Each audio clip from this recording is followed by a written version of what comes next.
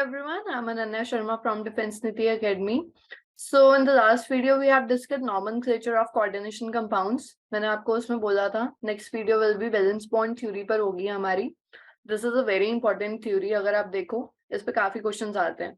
ठीक है, नीट के परस्पेक्टिव से अगर हम इस चैप्टर को देखें ना, this chapter is very important, very very important, क्योंकि नॉमेनक्लेचर पे भी आपको क्वेश्चन देखने को मिलता ही मिलता है. उसके बाद वैलेंस बॉन्ड थ्योरी पर भी आ जाता है, आपका सीएफटी पर भी आ जाता है. सारी की सारी थ्योरीज भी इंपॉर्टेंट है, मतलब टॉपिक्स भी आपके इंपॉर्टेंट तो है ही है. उसके साथ साथ आपका अगर आप देखो नॉमेनक्लेचर भी इज वेरी इंपॉर्टेंट. उससे तो आपको पता ही है कि क्वेश्चन आना ही आना है, चाहे आपका सीबीएसई का एग्जाम है या फिर आपका नीट का एग्जाम है. नीट में वैलेंस बॉन्ड थ्योरी और मतलब थ्योरीज पे भी आपको क्वेश्चन देखने को मिलेगा. तो इसको अच्छे से करो. देखो तो वैलेंस बॉन्ड थ्योरी पहले तो दी किसने थी? ठीक है, ओके. सो वैलेंस बॉन्ड थ्योरी दी थी हमें लिनस पॉलिंग ने. इन्होंने क्या बोला था थ्योरी के बारे में? इनका कहना था कि जो मेटल लिगेंड बॉन्ड बनता है, मैंने आपको बताया मेटल लिगेंड बॉन्ड कैसे बनता है, जब लिगेंड इलेक्ट्रॉन पेयर को डोनेट करता है ना. क्यों? क्योंकि जो लिगेंड होता है ये आपका क्या होता है, लुईस बेस होता है, और मेटल आपका लुईस एसिड होता है जो एक्सेप्ट करता है इलेक्ट्रॉन पेयर को. So metal ligand bonds are formed by donating of electron pair by the ligand. जब लिगेंड इलेक्ट्रॉन पेयर को डोनेट करता है टू द मेटल, तब आपको क्या देखने को मिलता है? वहां पर मेटल लिगेंड बॉन्ड देखने को मिलता है. ठीक.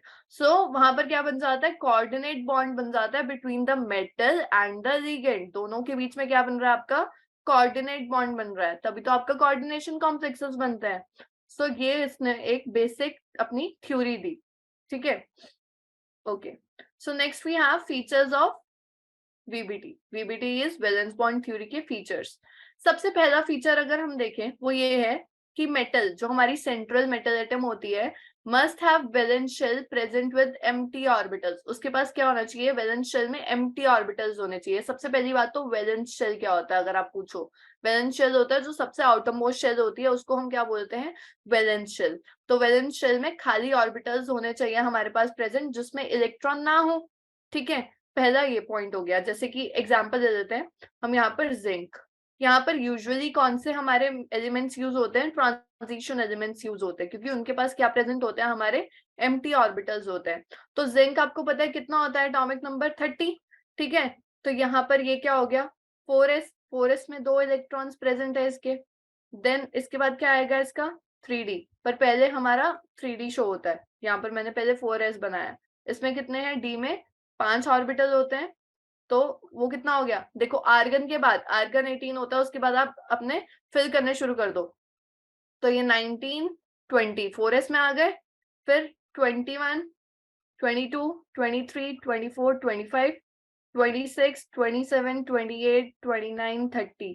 ये इलेक्ट्रॉन्स को फिल करने का आपका तरीका है. ये नहीं कि एक साथ ही डाल दिए, कि सीधा हमने दो दो करके डाल दिए पेयर में. नहीं, आप ऐसे नहीं कर सकते. आपने पहले एक ऑर्बिटल में फिल करना है. जब आपके ये 1 2 3 4 5 500 ऑर्बिटल में एक एक आ जाएंगे, तो जो 6th इलेक्ट्रॉन होगा उसको आप किस में डालोगे? 3d के सबसे पहले वाले में. ठीक है, फिर और इलेक्ट्रॉन होगा तो नेक्स्ट ऑर्बिटल में. तो वो आपका सीक्वेंस वाइज चलता है. क्लियर? तो इसमें क्या है? अब अगर आप देखो इसके बाद हमारे पास क्या प्रेजेंट होगा? 3d के बाद हमारे पास क्या होगा? यहाँ पर 4p. ठीक, 4p भी हमारा खाली है. और उसके बाद हमारा क्या हो सकता है? 4d. तो अगर आप देखो यहाँ पर 4p और 4d हमारे पास क्या है? एम्प्टी ऑर्बिटल्स है. तो मेटल के पास हमेशा क्या प्रेजेंट होना चाहिए? एम्प्टी ऑर्बिटल्स होने चाहिए in the valence shell. Clear? This is your first point. बहुत इजी.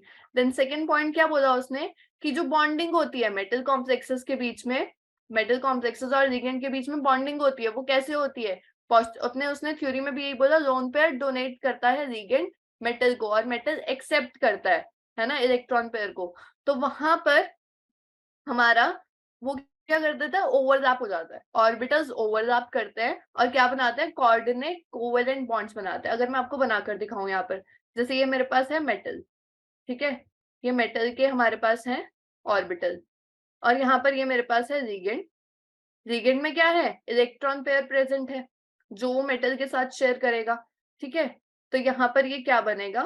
मेटल और ये पूरा का पूरा, देखो जो ये पूरा है ये आपस में ओवरलैप कर जाएंगे बेसिकली, और इलेक्ट्रॉन पेयर क्या हो जाएगा, शेयर हो जाएगा, और ऐसे आपका ये क्या बन जाएगा, this will be your coordinate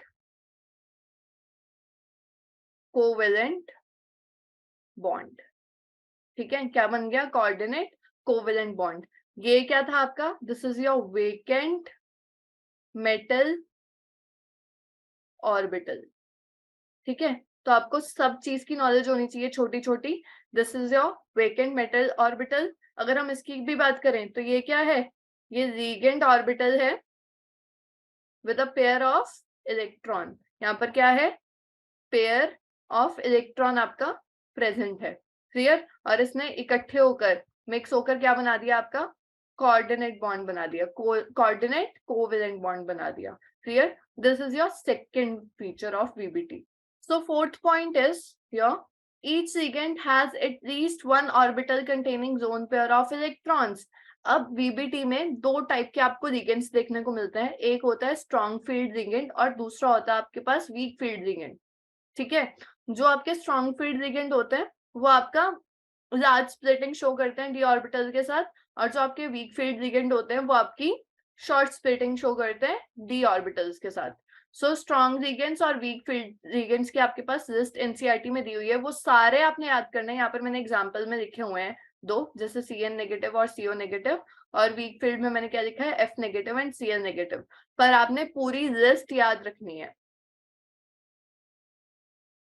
आपको पूरी की पूरी स्ट्रॉन्ग फील्ड और वीक फील्ड लिगेंड्स की लिस्ट याद रखनी पड़ेगी, क्योंकि कोई भी आपको दिया जा सकता है क्वेश्चन में, आपको एग्जाम में तो कोई भी आ सकता है। तो आपने दोनों की पूरी लिस्ट याद रखनी है दिमाग में एकदम से, मतलब एक बोलता है ना नोटबुक लगाओ छोटी सी, उसमें सारे लिख लो जितने भी इंपॉर्टेंट, जैसे नॉमेनक्लेचर के जितने इंपॉर्टेंट हमारे एलिमेंट्स और कंपाउंड्स थे उनके नाम लिख लो, स्ट्रॉन्ग फील्ड और वीक फील्ड लिगेंड्स लिख लो, वो सारे काम आएंगे जब पूरा चैप्टर, क्योंकि चैप्टर में मेन है ही यही है, इतना तो कुछ याद करने वाला है ही नहीं है, बेसिक रूल्स याद करने हैं। ऐसे नहीं है कि आपको थ्योरी को रट्टा मारना है, ऐसा कुछ भी नहीं है। ठीक है, सो फिफ्थ पॉइंट हमारा क्या है, जो स्ट्रॉन्ग लिगेंड्स होते हैं उनके पास टेंडेंसी होती है कि वो डी ऑर्बिटल के साथ लिंक अप हो जाए, है ना, पेयर अप हो जाए। स्ट्रॉन्ग फील्ड्स के पास ये टेंडेंसी होती है। अभी आप क्वेश्चन में देखोगे कि कैसे वो अपने आप को डी ऑर्बिटल्स के साथ पेयर अप करते हैं, that will you will see.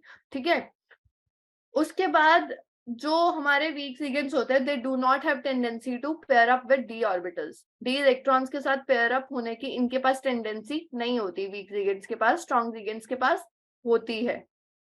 Okay, then उसके बाद सिक्स्थ पॉइंट है हमारा कि जो डी ऑर्बिटल होते हैं, अगर उसमें इनर डी ऑर्बिटल दिया जा रहा है, ठीक है, अगर उसमें अंदर वाला डी ऑर्बिटल दिया जा रहा है, जैसे हमारे पास 4D था, है ना, अगर 4D दिया जा रहा है तो n-d वाले हो गए, तो उसको क्या बोलते हैं हम, आउटर क्या बोलते हैं, inner orbital complex, that will be your inner orbital complex.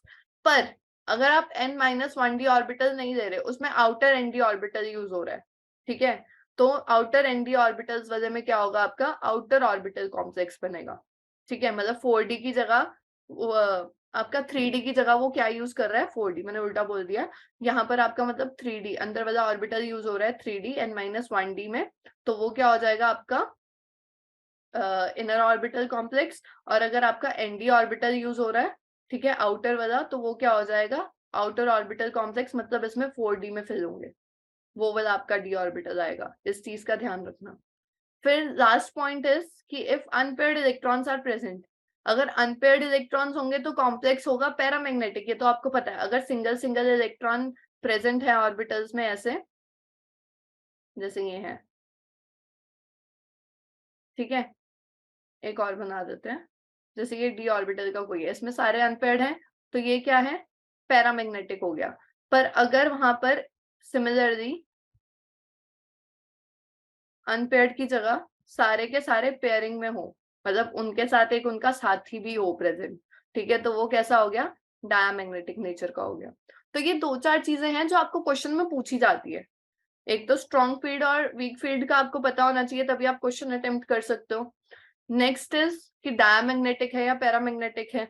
Next is inner orbital use हो रहा है या आउटर डी ऑर्बिटल यूज हो रहा है, क्योंकि आप जब ज्योमेट्री लिखते हो तो वो यूज होता है आपका सारा। क्लियर, तो ये आपके बेसिकली पोस्टुलेट्स थे वैलेंस बॉन्ड थ्योरी के। ओके, सो सबसे पहले हम पढ़ेंगे ऑक्टाहेड्रल कॉम्प्लेक्सेस। यहाँ से आपका मेन शुरू हो गया है। आपको क्वेश्चंस जो आएंगे वो ऐसे से ही आएंगे जो यहाँ पर दिए हुए हैं, ठीक है। तो जो ऑक्टाहेड्रल कॉम्प्लेक्सेस मतलब ऑक्टाहेड्रल ज्योमेट्री शो करते हैं, सबसे पहले हम वो पढ़ेंगे। उसमें दो टाइप्स होते हैं, इनर ऑर्बिटल कॉम्प्लेक्स और सिमिलरली आउटर ऑर्बिटल कॉम्प्लेक्स होंगे। सबसे पहले हमने डिस्कस करना है inner orbital complex. Inner orbital complex में हमारे पास एग्जाम्पल है CO CN6 3 यहाँ पर दिखते हैं। This is COCN6 3।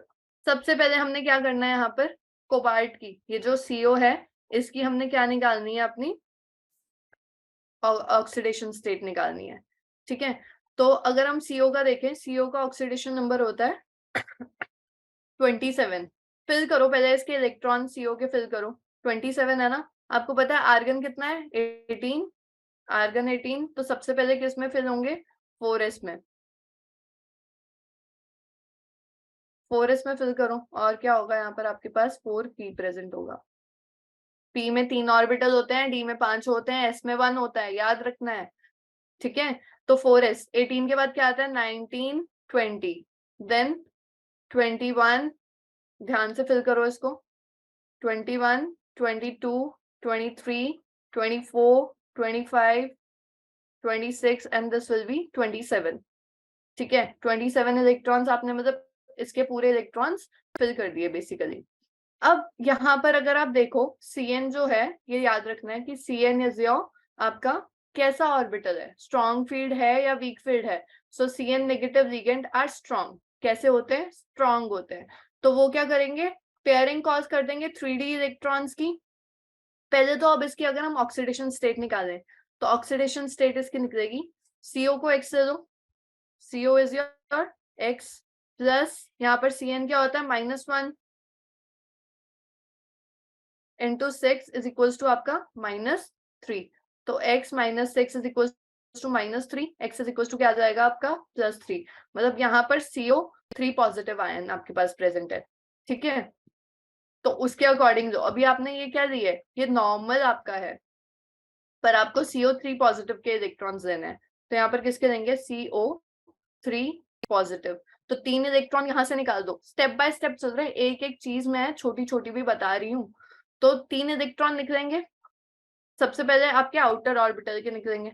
तो सबसे पहले आपका किसका निकलेगा, 4s के 2 इलेक्ट्रॉन्स निकल जाएंगे यहाँ से, ठीक है। ये 2 इलेक्ट्रॉन निकलेंगे और ये जो हमारा 3D है, 3D में लास्ट इलेक्ट्रॉन कौन सा फिल किया आपने, ये वाला, this is your last electron. तो एक ये भी निकल जाएगा, ठीक है। तो यहाँ पर हमारे पास बनेगा, अगर हम CO3 पॉजिटिव का बनाए, देखो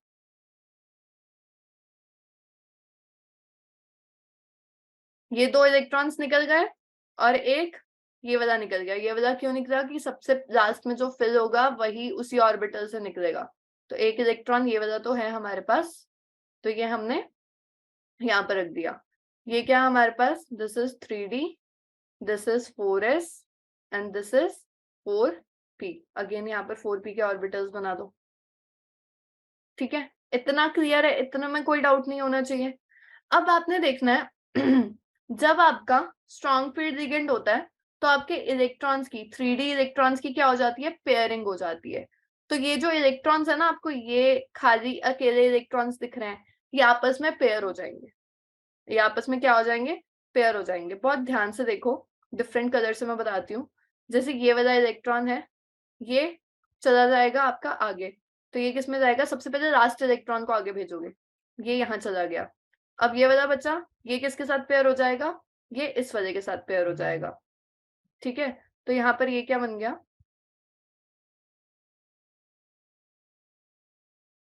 दिस इज, ये आपकी ऐसे क्या हो गई, पेयरिंग हो गई 3D इलेक्ट्रॉन्स की। क्लियर। अब आप देखो यहाँ पर हमारे पास कंपाउंड क्या है, COCN6 3। बहुत ध्यान से समझो, यहाँ पर जो ये Cn है, यहाँ पर जो ये Cn है, कितने हैं, 6। Cn कितने हैं, 6। तो एक Cn के साथ 2 इलेक्ट्रॉन्स होंगे, मतलब ये एक पेयर, 2 3 4 5 और ये 6 पेयर्स होने चाहिए। क्यों? क्योंकि यहाँ पर कितने CN है? 6 CN है, तो टोटल इलेक्ट्रॉन्स कितने हैं? 12, और उनको पेयरिंग में देखें तो कितने पेयर्स बन रहे हैं? 6। वो तो आपका जो लिगेंड है वो पेयरिंग में ही उसके इलेक्ट्रॉन्स प्रेजेंट है। अब इन 6 जो ये हमारे पेयर्स हैं इनको हमने इसमें फिल करना है, जो ये 4s वाला है, 4p वाला है, और ये जो 4d के खाली है, ठीक है, इसमें डालते हैं। बहुत ध्यान से देखो इसको। Let's use different colour. अब हमने CN के इलेक्ट्रॉन्स फिल करने हैं, तो सबसे पहले हम करेंगे यहाँ पर D वाले में, और ये पेयरिंग में ही जाएंगे। इसमें ये नहीं देखना कि फर्स्ट इलेक्ट्रॉन जाएगा फिर आगे आएगा, नहीं, यहाँ पर आप पेयरिंग में डालो। जैसे ये 1 एक पेयर, 2 पेयर, ये 3rd पेयर हो गया, 4th पेयर हो गया, 5th पेयर हो गया, और ये 6th पेयर हो गया। 6 पेयर्स थे 6 CN के, 6 के 6 पेयर्स हमने डाल दिए। अब आपने क्या देखना है, यहाँ पर ज्योमेट्री क्या बन रही है। अगर आप देखो, आपने CN के इसमें डाला है ना, तो 2 ऑर्बिटल्स किसके यूज हुए हैं? हमारे D के। तो ये क्या हो गया हमारा? दिस विल बी D2, क्योंकि 2 D के ऑर्बिटल्स यूज हुए हैं, एक S का हुआ है, और P के कितने हुए हैं? 1 2 और 3, तो D2sp3। ठीक है, सो यहाँ पर अगर हम देखें, देखो यहाँ पर अब हम सारी लाइंस पढ़ते हैं। सबसे पहला क्या था? In the complex the oxidation state of cobalt is +3, वो हमने निकाली, हमें पता चला, तभी हमने CO3 पॉजिटिव की क्या ली, कोबाल्ट की क्या ली, यहाँ पर इलेक्ट्रॉन्स हमने 3 निकाल दिए। तो जब हमने 3 इलेक्ट्रॉन्स निकाले तो यहाँ पर पेयरिंग होके वो इतने रह गए थे हमारे पास, ठीक है, 3 पेयर्स रह गए। उसके बाद आपने क्या किया, जो हमारे पास CN6 थे, मतलब 6 इलेक्ट्रॉन पेयर थे, उनको हमने फिल किया, और ये स्ट्रॉन्ग पेयर था, तो उसकी वजह से यहाँ पर पेयरिंग हो गई 3D के इलेक्ट्रॉन्स की। ठीक, तो यहाँ पर the valence shell electronic configuration of CO3 positive is 3D6। यहाँ पर क्या बन गई? 3D6, और 3D6 ही है। अगर हम यहाँ देखें, दिस 1 2 3 4 5 6 इलेक्ट्रॉन्स हैं ये। Then the 6 3D electrons are therefore paired, उनको हमने पेयर कर दिया, और उन्होंने ऑक्यूपाई कर दिए 3 of the 5 3D orbitals. 3D में 5 ऑर्बिटल होते हैं, उसने कितने ऑक्यूपाई कर दिए? 3 ऑर्बिटल, दीज 3 ऑर्बिटल ऑक्यूपाई कर दिए उसने। Clear? Then the vacant 3D orbitals combine with the vacant 4s and 4b orbitals. तो उसके बाद जो वेकेंट हमारे पास ऑर्बिटल्स थे 3D के, ये वाले 2, ठीक है, एक ये 4s का और 3 ये 4p के, ये वेकेंट थे, खाली थे। वेकेंट मतलब खाली के बाहर के ऑर्बिटल्स, उन्होंने आपस में कंबाइन कर दिया, और उन्होंने क्या ज्योमेट्री बना दी हमारे यहाँ पर? D2sp3। अगर आप देखो D2sp3, 2 D के ऑर्बिटल्स, एक S का और 3 P के, तो वो ज्योमेट्री बन गई D2sp3 हाइब्रिड ऑर्बिटल्स की। ठीक है, then these 6 hybrid orbitals overlap with 6 paired orbitals, और वो क्या बना रहे हैं? 6 कोऑर्डिनेट कोवेलेंट बॉन्ड्स बना रहे हैं। ठीक है, दूसरी चीज एक और, यहाँ पर अगर आप देखो, दिस इज डायमैग्नेटिक। अगर आप पैरामैग्नेटिक और डायमैग्नेटिक की बात करो, तो ये कैसा है? This is diamagnetic in nature. क्यों? क्योंकि सारे के सारे इलेक्ट्रॉन पेयर कैसे हैं? हमारे यहाँ पर पेयर्ड हैं, तो पेयर्ड वाले में क्या होता है हमारे पास? डायमैग्नेटिक। ठीक है, अच्छा, दूसरी चीज, इनर D ऑर्बिटल बन रहा है या आउटर ऑर्बिटल बन रहा है, ये भी मैटर करता है ना। तो यहाँ पर हमारे पास क्या बन रहा है?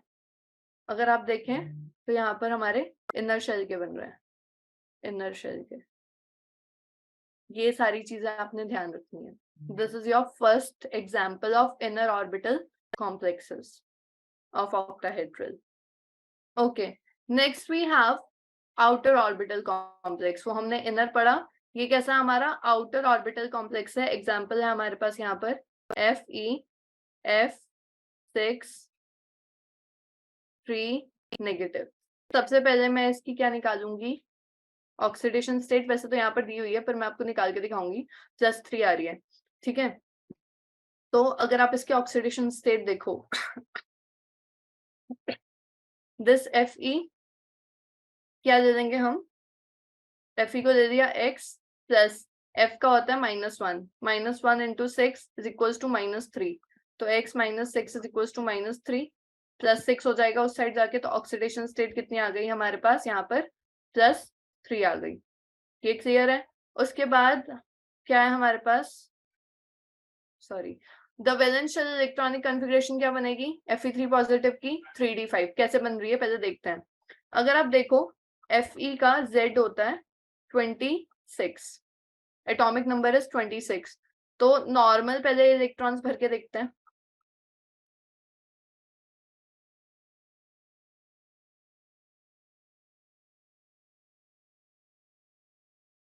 अजीब सा ऑर्बिटल्स क्यों बन रहे हैं?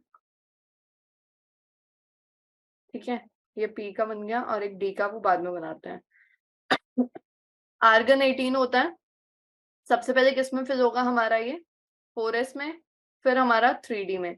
तो 4s में 19, 20, ठीक है, 21, 22, 23, 24, 25 एंड 26 कहाँ आएगा सबसे आगे।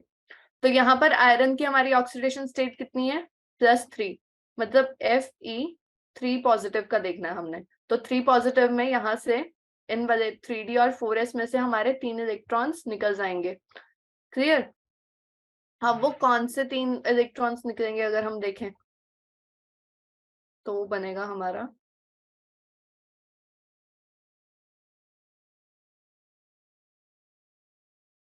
ये 3d बन गया, 4s and your 4p। 4p अभी काम नहीं आ रहा है सच। सबसे पहले जो इलेक्ट्रॉन्स निकलेंगे वो निकलेंगे आपके 4s में से, ये निकाल दोगे, आउटर ऑर्बिटल के निकलते हैं। फिर लास्ट इलेक्ट्रॉन क्या फिल किया था, ये वाला 3d का, ये भी निकल जाएगा। ठीक है, तो कौन से इलेक्ट्रॉन्स रह गए यहाँ पर, ये वाले 3d के 5 इलेक्ट्रॉन्स रह गए। अब यहाँ पर अगर आप देखो ये आपका कौन सा लिगेंड है, F नेगेटिव जो होता है वो आपका वीक फील्ड लिगेंड होता है। तो यहाँ पर 3d इलेक्ट्रॉन्स की पेयरिंग नहीं होगी, ये जंप करके दूसरे ऑर्बिटल में नहीं जाएंगे, पेयर नहीं होंगे। क्यों? क्योंकि weak field ligand pair up नहीं होते, ये याद रखना है। तो वहां पर all the 5 3d orbitals are therefore occupied on 5 3d orbitals. तो ये जो पूरे के पूरे 5 3d ऑर्बिटल हैं ये इसको ऑक्यूपाई करके रखेंगे। क्लियर? ये हो गया। अब आपने क्या फिल करना है, F6। ये जो F6 है ना, मतलब यहाँ पर 6 इलेक्ट्रॉन के पेयर हैं, 6 F हैं, तो 6 F के क्या है हमारे पास, पेयर्स हैं इलेक्ट्रॉन्स के। तो इसको अगर हम फिल करें, this is Fe, F6, 3 negative. पहले आप नॉर्मली अपने 3d के इलेक्ट्रॉन्स बनाओ। This is 1, 2, 3, 4, 5। इसको तो आप नहीं छेड़ोगे, ठीक है। ये क्या आ गया आपका 4s, ये क्या आ गया आपका 4p, और ये क्या आ गया आपका 4d। ओके, इसमें इलेक्ट्रॉन्स डालते हैं। अब ये F6 है, मतलब 6 पेयर्स हैं हमारे पास इलेक्ट्रॉन के, 1, 2, 3, 4, 5 एंड ये 6th पेयर। ठीक है, अब आपने इसकी ज्योमेट्री देखनी है। ज्योमेट्री देखो, ये आपका क्या है, this is your 3d, 4s, 4p, और ये क्या है 4d। आउटर वैलेंस शेल में आपने क्या भर दिया, उसके इलेक्ट्रॉन पेयर्स भर दिए लिगेंड्स के। अब देखो यहाँ पर कौन कौन सा हमारा ऑर्बिटल यूज हो रहा है। S का ऑर्बिटल यूज हो रहा है एक, ठीक है। P के 3 ऑर्बिटल यूज हो रहे हैं, 1, 2, 3, ठीक है। D के 2 ऑर्बिटल यूज हो रहे हैं। तो इसकी ज्योमेट्री क्या बन गई हमारे पास, sp3d2। क्लियर? और यहाँ पर आउटर मोस्ट का d ऑर्बिटल यूज हो रहा है, उसमें इनर मोस्ट का जो स्ट्रॉन्ग फील्ड लिगेंड था उसमें हमने ये वाला इसमें इलेक्ट्रॉन्स फिल किए थे ना, तो वो क्या होता है अंदर वाला, ठीक है, इनर वाला। तो ये आउटर वाला यूज कर रहा है, बाहर का d ऑर्बिटल यूज कर रहा है। तो ये इसकी जो होती है, तो ये आउटर ऑर्बिटल कॉम्प्लेक्सेस बनाते हैं, आउटर ऑर्बिटल। अच्छा, एक और चीज कि ये पैरामैग्नेटिक है या डायमैग्नेटिक है। So this is paramagnetic, this is paramagnetic. उसका रीजन क्या है, अगर आप देखो हाईली पैरामैग्नेटिक है, 5 के 5 इलेक्ट्रॉन्स हमारे क्या है, अकेले पड़े हैं, कोई भी पेयर्ड अप नहीं है। तो ये क्या हो गया हमारा, हाईली पैरामैग्नेटिक हो गया। क्लियर? अब इसके पॉइंट्स एक बार देख लेते हैं, यहाँ तक तो हमने कर ही दिया। Next is the vacant 4s orbital combined with the vacant 4p and two vacant 5d orbitals. This is your 5d, नहीं 4d. ठीक है, तो वहां पर आपका क्या हो जाएगा, 4s ऑर्बिटल कंबाइन कर जाएगा p और d ऑर्बिटल के साथ मिक्स होकर और क्या बना देगा, sp3 d2 ज्योमेट्री बना देगा. Clear? Then these 6 hybrid orbitals overlap with 6 filled orbitals और क्या बना देंगे, 6 coordinate covalent bonds बना देंगे आपके. ठीक.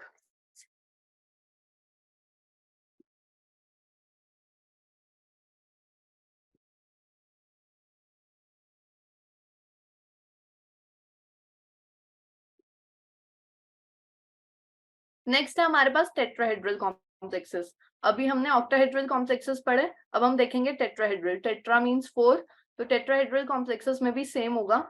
इनर और आउटर वाला आप देखोगे. सबसे पहले जो हमारे पास कॉम्प्लेक्स है वो है NiCl4 2 नेगेटिव का. ठीक है. तो Cl नेगेटिव हमारा होता है वीक फील्ड लिगेंड होता है. ओके. Ni की हमारी ऑक्सीडेशन स्टेट है यहाँ पर +2. Ni का अगर हम ऑक्सीडेशन एटॉमिक नंबर देखें वो 28 होता है, बट यहाँ पर 2 इलेक्ट्रॉन कम है तो 2 इलेक्ट्रॉन हम कम ही डालते हैं. अब नॉर्मल सीधा करते हैं, अब आप इतना कर चुके हो, डिटेलिंग में नहीं जाएंगे. ये आपके क्या आ गए, पीके. ठीक है, डी एस और ये आ गया आपका पी. तो आर्गन कितना होता है 18 और यहाँ पर 28 है, -2 कर दो तो कितने रह गए हमारे पास 26. तो 26 इलेक्ट्रॉन्स भरने हैं. 18 के बाद ये क्या हो गया 19 20. चलो पहले पूरे भरते हैं. 19 20 21 21 22 23 24 25 26 27 एंड ये दिस इज 28. अब इसमें से 2 इलेक्ट्रॉन्स निकालने हैं तो वो एस के ही निकलेंगे. एस के इलेक्ट्रॉन्स रिमूव कर दो. ये क्या हो गया, ये सारे के सारे ऐसे रह गए.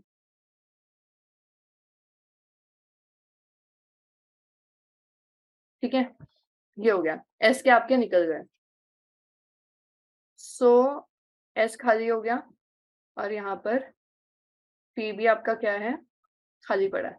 अब आपने ध्यान देना है कि यहाँ पर ये Cl negative week field ligand है तो यहाँ पर पेयरिंग नहीं हो सकती. अगर ये स्ट्रांग होता तो ये इलेक्ट्रॉन जंप करके अपना इस वाले ऑर्बिटल में चला जाता, but due to weak ligand no pairing of electrons will be occur in 3D orbitals. तो जो आप Cl4 के इलेक्ट्रॉन्स, मतलब Cl4 है ना, यहाँ पर कितने इलेक्ट्रॉन पेयर प्रेजेंट है, 1 2 3 और 4. ये 4 पेयर्स आप किस में फिल करोगे, S और P में करोगे.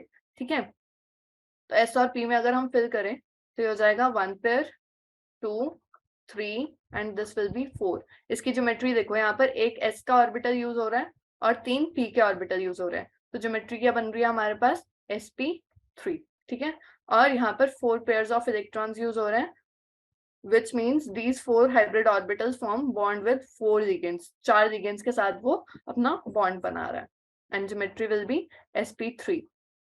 बहुत इजी है, बहुत इजी. अगर आप देखो इतना कुछ नहीं है. नेक्स्ट हमने करना है एक स्ट्रॉन्ग फील्ड लिगेंड टेट्राहेड्रल का, ताकि आपको एक क्लियरिटी मिल जाए स्ट्रॉन्ग वाले की भी. वैसे तो आपको हो गया होगा क्लियर, इतने एग्जांपल्स हमने डिस्कस कर दिए हैं.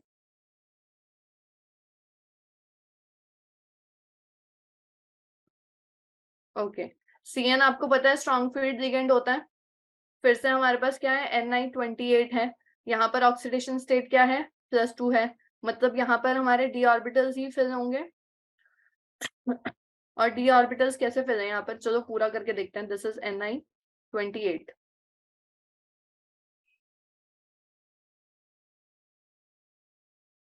बहुत ध्यान से देखो, बहुत इजी है. यहाँ पर क्या होगा 1 2 मतलब 19 20, आर्गन के बाद 19 20 इलेक्ट्रॉनिक कन्फिगरेशन आती होगी आपको. 19 20 21 22 23 24 25 26 27 28. क्लियर? अब यहाँ से ये 2 इलेक्ट्रॉन्स निकल जाएंगे. क्यों? क्योंकि Ni की कितनी ऑक्सीडेशन स्टेट है, +2. तो ये कितना हो गया, Ni2 पॉजिटिव का लिखोगे अगर आप. ठीक है, 1 2 3 4 5 6 7 और ये वाला. ठीक है, अब इसमें एक चीज ध्यान दो कि आपके पास जो Cn नेगेटिव है वो क्या है, आपका स्ट्रॉन्ग लिगेंड है. तो यहाँ पर क्या होगा, जो ये आपका ये वाला इलेक्ट्रॉन है ना, ये जंप करके इस वाले ऑर्बिटल में चला जाएगा. ठीक है, और जब ये इस वाले ऑर्बिटल में गया तो आपकी कैसे बन गया, ये देखो ये हो गया ऐसे, इजी है ना। उसने जंप कर दिया। स्ट्रॉन्ग फील्ड लिगेंड्स में क्या होता है, इलेक्ट्रॉन जंप कर जाता है डी ऑर्बिटल में 3D वाले में। अब यहाँ पर हमारे पास कौन से ऑर्बिटल्स बच गए, एस के और पी के। अब यहाँ पर हमने क्या डालना है, CN4 है, मतलब 4 इलेक्ट्रॉन पेयर्स हमने यहाँ पर फिल करने हैं। तो करो इसको फिल। एक पेयर तो इसमें आ जाएगा, एक पेयर किस में आ जाएगा हमारा, डी में। एक यहाँ आ गया, दूसरा यहाँ, third one, and this will be fourth one. तो ज्योमेट्री क्या बन रही है, एक ये डी का ऑर्बिटल और इनर डी का है, तो इनर ऑर्बिटल है, ठीक है। एक ये डी का, एक एस का और दो पी के। एक ही यूज हो रहा है ना डी का, तो डी और एक एस का, एस और दो पी के, तो DsP2 will be your geometry. तो यहाँ पर पढ़ो, देखो यहाँ पर बेसिक पढ़ते हैं यहाँ पर फिर से कि Cn negative is a strong ligand and therefore these ligands cause pair up of two unpaired electrons. यहाँ पर दो unpaired electrons pair up हुए थे and one d orbital resulting in 3D orbital. एक हमारा orbital क्या हो गया, vacant हो गया 3D में. This vacant 3 orbitals get hybridized. अब ये जो खाली का d orbital था ये वाला, ये hybridize हो जाएगा with vacant 4s और 4p के orbital के साथ, और क्या ज्योमेट्री बना देगा, DsP2. और क्या ही बन रही है, DsP2. Then these four hybrid orbitals क्या बना देंगे, bond with 4 ligands with the sharing of 4 pair of electrons. So this is your valence bond theory which is very easy. बहुत इजी है, बस आपको बेसिक क्लियर होना चाहिए। बेसिक क्लियर होंगे तो इजीली आप क्वेश्चन को कर सकोगे। और क्वेश्चंस मैंने बता दिए इस पे क्या बनते हैं। आपको ऐसे कोई कंपाउंड दिया जाएगा, कोऑर्डिनेशन कंपाउंड दिया जाएगा, या तो आपको पूछ लेंगे कि ये पैरामैग्नेटिक है या डायमैग्नेटिक है। अब अगर इस वाले में ही बात करें तो इस वाले में ये क्या है, डायामैग्नेटिक। क्यों, क्योंकि सारे के सारे क्या है हमारे पेयर्ड इलेक्ट्रॉन्स हैं, एक भी अनपेयर्ड नहीं है, डायामैग्नेटिक हो गया। दूसरी चीज पूछी जाती है, इनर ऑर्बिटल यूज हो रहा है या आउटर ऑर्बिटल। तो यहाँ पर अंदर वाला डी ऑर्बिटल यूज हो रहा है, तो ये कैसे हैं, इनर ऑर्बिटल कॉम्प्लेक्सेस हैं। एक ये चीज पूछी जाती है। दूसरा पूछा जाता है कि ज्योमेट्री कौन सी है, तो ज्योमेट्री इज DsP2। वो आपको तभी पता चलेगी जब आप इलेक्ट्रॉन्स को उनमें फिल करोगे। So that's it. In the next video, we'll discuss about limitations of VBT and next topic. That's it for today's video. Thank you.